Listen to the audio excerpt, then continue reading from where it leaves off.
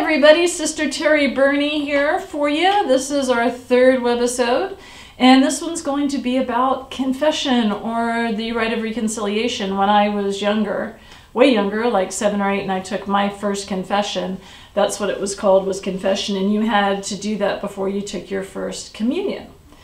Just to give you a little background, the rite of reconciliation, actually back in the Middle Ages, you could confess your venial sins to lay people, but your mortal sins you needed to confess to a priest. And in some places you could confess it out loud, and then, and again this was in the Middle Ages, the crowd could decide whether you should be absolved from that or not.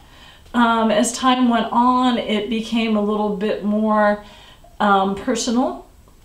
A lot of people, again, when I was doing confession when I was younger, you would sit in a confessional booth and the priest would be on one side and there'd be sort of a door, they'd open it, there'd be kind of like a mesh so that they really couldn't see you, know who you were, but I tend to think they did.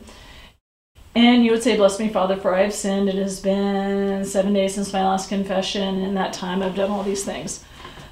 So, you know, again, when I was 7, I was doing pretty much the same things. I was fighting with my brothers and sisters. I wasn't turning in my homework. I was cursing.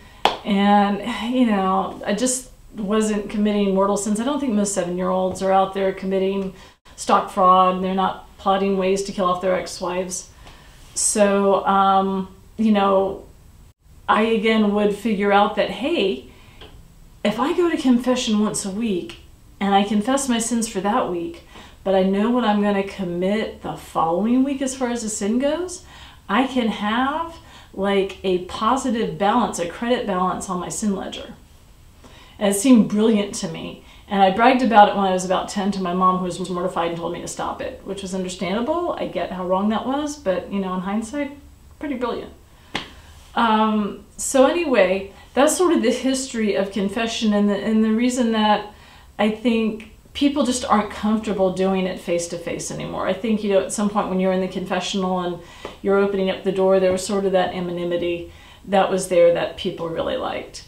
You know, and I'm going to throw out, just because we're in a technological age, and I know people this has been considered, but maybe people could Skype to a priest, because you're still one-on-one, it's still private. Should never ever be recorded or anything like that. But for people particularly that are shut-ins that want to do the rite of reconciliation, Skyping may be a huge way for them to be able to do that.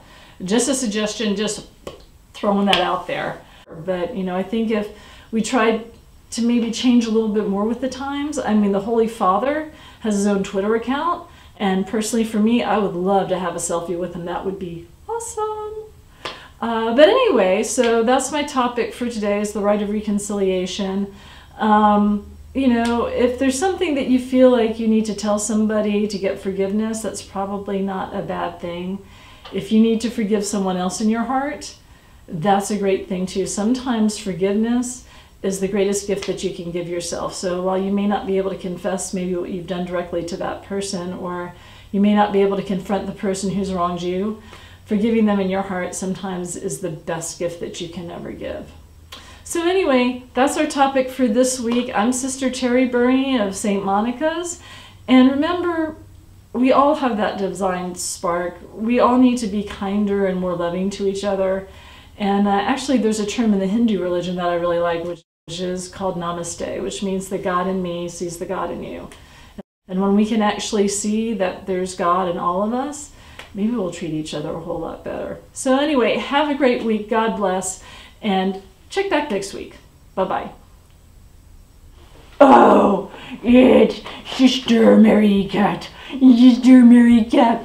What do you have to confess? You got nothing to confess except that you're cuter than the law allows. You're cuter than the law allows. Yes, you are. Yes, you are. Oh, we love our Sister Mary Cat. We love her so, so much. We love her so much. Yes, we do. Although you should confess the fact that you did steal tuna off of one of the sisters' plates, Sister Agatha's plate. She shouldn't have left it unattended, but still, that was not nice. That was not nice, but you're so cute, I forgive you. I absolve you. I think I can absolve kitty cat sins. I don't think I can absolve human sins, but I absolve you, okay? Okay. Now go and sin no more, okay? Okay. Bye. Bye-bye. Bye-bye. Bye-bye, bye-bye, bye-bye. Bye-bye, bye-bye.